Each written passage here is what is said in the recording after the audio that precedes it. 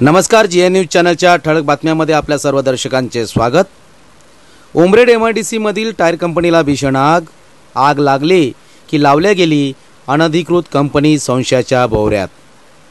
उमरेड क्षेत्रातील एमआयडीसी परिसरात अवैधरित्या सुरू असलेल्या रवी इंडस्ट्रीज या टायर कंपनीला आज सकाळच्या सुमारास अचानक भीषण आग लागली। या आगीच्या धुराचे लोंढेच्या लोंढे आकाशात उडत असल्याचे चित्र उमरेडकरांनी बघताच अनेकांनी एमआयडीसी कडे धाव घेतली। पत्रकारांच्या माध्यमातून नगर परिषदेच्या अग्निशमन दलाला याची सूचनाही देण्यात आली व काही पत्रकार सदर घटनेचे चित्रीकरण व वृत्तांकन करण्यासाठी घटनास्थळी पोहोचले। यावेळी या ठिकाणी पोलिसांचा ताफाही हजर होता।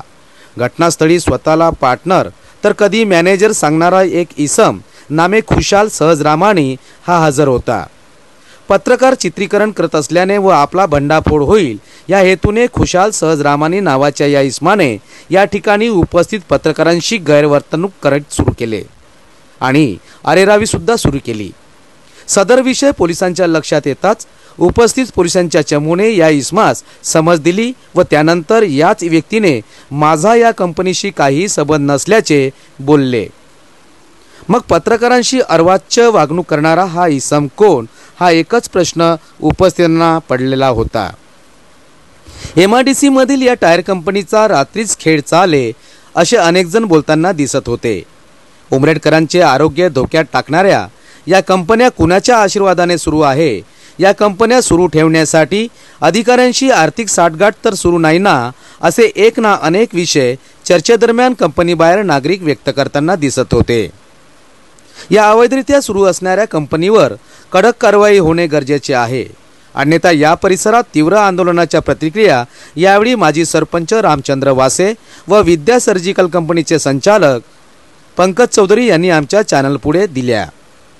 पाहूया त्याची एक झलक। मैं पंकज चौधरी, मेरा कंपनी का नाम है विद्या सर्जिकल कॉटन। मेरा प्लॉट नंबर है C7677। मेरे साइड में अल्टॉप टायर कंपनी है और मेरे साइड में वो डॉक्टर गजबी का प्लॉट है जो साफ सुथ करे, और उसके पीछे भी ये टायर कंपनी है रवि इंडस्ट्री।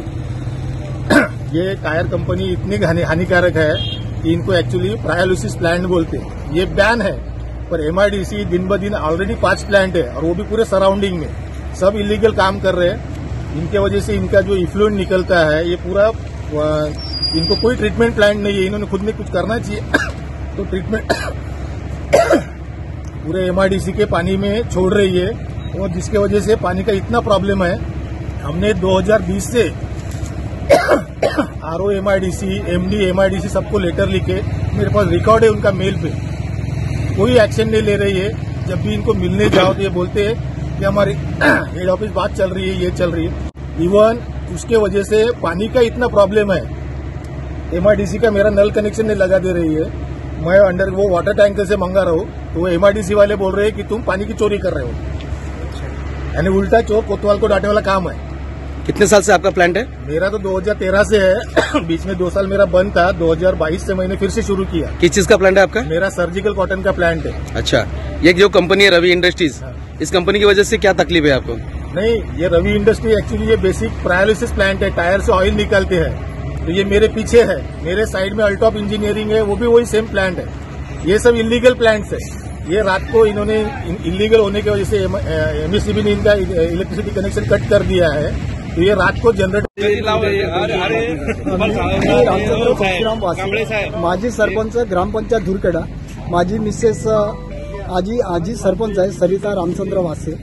आम्ही ग्रामपंचायतमध्ये त्यांनी नाही का ठराव सुद्धा घेतलेला आहे। ह्या ज्या कंपन्या आहेत, आम्ही जसं की एमएमपी कंपनी आहे, टायर कंपनी आहेत, एकूण अशा 5 कंपन्या आहेत आणि इथे एक लोहा कंपनी आहे। त्यांचं एवढं प्रदूषण होते, मी वारंवार त्यांच्यासोबत मी संपर्क साधला। त्यांना म्हटलं हे प्रदूषणासाठी म्हटलं तुम्ही आपलं नाही का बरोबर म्हटलं तुम्ही कारवाई कर म्हटलं, सर्व वातावरण खराब होते बा, झाडं खराब होतात आणि लोकांवरती त्याचा विपरीत परिणाम होतो।